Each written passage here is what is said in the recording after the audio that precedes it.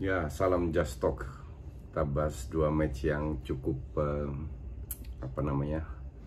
cukup lucu ya di hari Minggu ini, Spurs dan Man City. Dan kalau kita lihat tinggal satu match Arsenal Liverpool, tapi banyak sekali kejutan, banyak tuan rumah yang kalah atau nggak menang. Ini murni karena di samping cedera dan lain-lain seperti yang dialami City, ini murni karena mereka kurang persiapan. Pre-seasonnya itu sangat pendek dan itu sangat kelihatan. Jadi kalau kita mau lihat tim Inggris bermain bagus lagi, butuh minimal 1 bulan lagi, biar mereka bisa nge-swing lagi. Karena kalau kita lihat Chelsea, Man United, Liverpool, walaupun mereka menang, bahkan Arsenal, nggak ada satu yang benar-benar bermain impresif. Justru yang bermain solid itu nggak terlalu bagus ya, tim kayak Everton, Leeds. Mereka ini kan nggak ada tekanan sama sekali. Jadi kalau kita mau lihat Big Six main bagus kayak musim lalu, ya ini butuh waktu lagi lah. Ya, Spurs kena di menit terakhir, menit 93 bahkan kalau nggak salah, kena penalti. Sekarang orang pertanyakan apakah itu penalti, kan dia di belakangnya, iya bla bla bla. Aturannya is very simple, tangan itu aktif atau tidak. Dan contohnya persis di match kemarin Crystal Palace lawan Everton. Jadi Richarlison kalau nggak salah bangun shooting ke tangannya, kena tangannya Crystal Palace, tapi dia nggak aktif maksudnya dinempel dengan badan, nggak dikasih penalti. Penaltinya MU, Mopai datang dengan tangannya aktif, tidak nempel di badan, sah penalti. Terus di Crystal Palace Everton juga dapat penalti juga, itu juga sah penalti.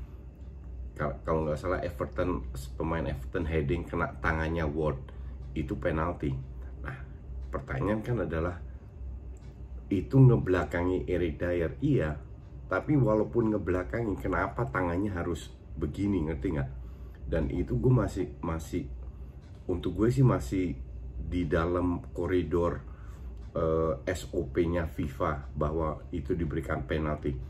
Kita boleh setuju nggak setuju, tapi wasit mengikuti aturan. Memang aturannya begitu, entah di depan di tangan itu nggak boleh aktif, kecuali kayak kalau nggak salah kemarin itu Betis lawan Madrid, pemainnya heading kena tangannya sendiri, itu nggak sengaja. Itu bisa dibilang kalau kena badan terus kena hands itu nggak dihitung, tapi aktif pasif itu masih dihitung. Jadi so far gue tidak melihat benar-benar ada perubahan yang ekstrim, keputusan yang ekstrim yang diambil oleh wasit, karena itu semua masih dalam koridor. Di luar kita setuju nggak setuju, oke? Dan kalau kita lihat Mourinho, Newcastle itu tim bapuk ya, asli bapuknya bapuk. Tapi ya, kenapa lu udah unggul 1-0, oke, kena mistar si Son dan lain-lain, kenapa lu tidak ngegas terus? Kelihatan sekali timnya Mourinho pada saat ketemu tim parkir bis nggak ada kreativitas, bengong, hilang, gol. Oke, dan ini udah biasa karena dia sendiri miskin taktik. Di samping itu udah biasa parkir bis, tidak biasa untuk mengambil inisiatif. Ketemu tim-tim yang benar-benar parkir bis selalu kesulitan. Spurs, bukan Spurs saja, di semua timnya Mourinho kayak begitu. Nah, inilah sebuah bukti 1-0 itu nggak cukup. Sampai menit detik-detik akhir lu bisa kebobolan.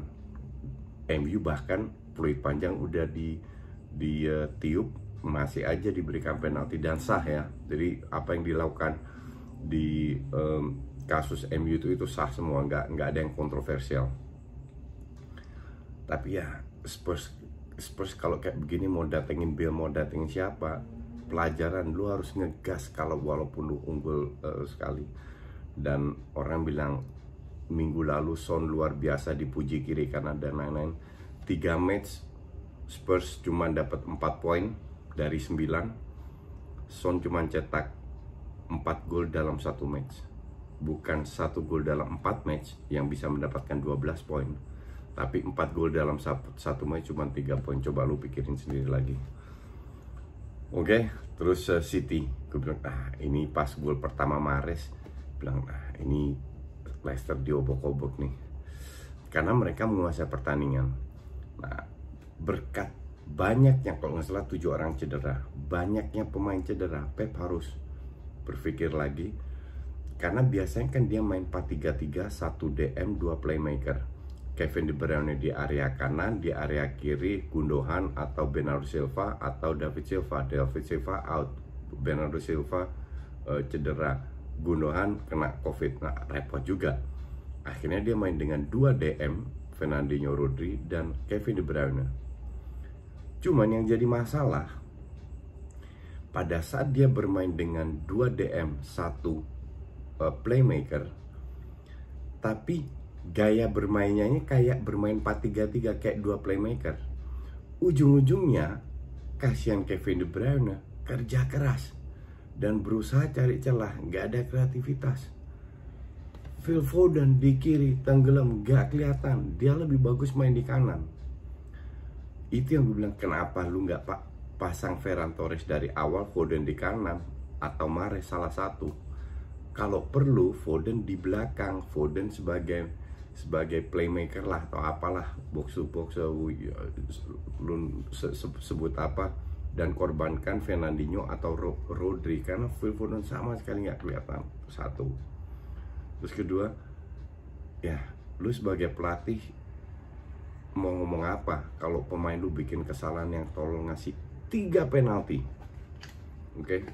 Kalau nggak ada 3 penalti itu skor 2-2. 3 penalti itu apakah benar-benar perlu? Sama sekali enggak. Sama sekali enggak perlu. Jadi lu sebagai pelatih mau ngomong apa? Susah juga. Bukan artinya Pep tanpa salah ya, tapi ya repot juga. Yang sangat kelihatan tadi mereka kembali melakukan kesalahan seperti sebelumnya, yaitu menyerang tapi stuck terus. Banyak tim, 80% tim yang ketemu City itu akan bermain bertahan. Gue udah bilang berapa bulan yang lalu, City itu butuh striker gede, striker tinggi, yang kuat lah, yang bisa bermain juga. Bukan levelnya Lewandowski, tapi mungkin levelnya Zeko, Cavani, Luuk de Jong, kayak begitulah. Sebagai super sub aja. Dia manfaatkan Liam Delap, anaknya Rory Delap ya. Tapi ini anak terlalu muda dan cuma dapat sekali heading doang, nggak berfungsi juga. Jadi yang bikin gue bingung, mereka beli Ake, sekarang dia sudah hampir deal. Ya oke aja, bagus aja. Cuman kenapa nggak beli pemain striker depan? Itu yang jadi masalah dengan City musim lalu. Mereka nggak bisa cetak gol, terlalu tergantung sama Aguero, terlalu Gapsus nggak bisa diandelin. Sterling musim lalu paruh musim katroknya minta ampun. Jadi kenapa nggak beli seorang striker lagi gitu? Atau kalau perlu super sub striker jangkung. Terus penggantinya siapa namanya, David Silva siapa? Nggak ada, nggak dibeli juga. Dan itu sangat berpengaruh untuk rotasi. Lihat aja contoh sekarang, pada saat cedera kagak ada yang beli. Gue nggak tahu itu salahnya Pep atau salahnya manajemen ya. Karena kalau gue bilang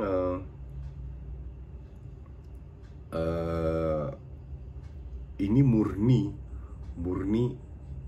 manajemen. Mungkin Pep ingin tapi nggak ada dana atau nggak ada apa, gue nggak tahu, atau nggak ada kandidat atau nggak. Tapi kalau begini terus repot juga untuk bisa bersaing dengan Liverpool.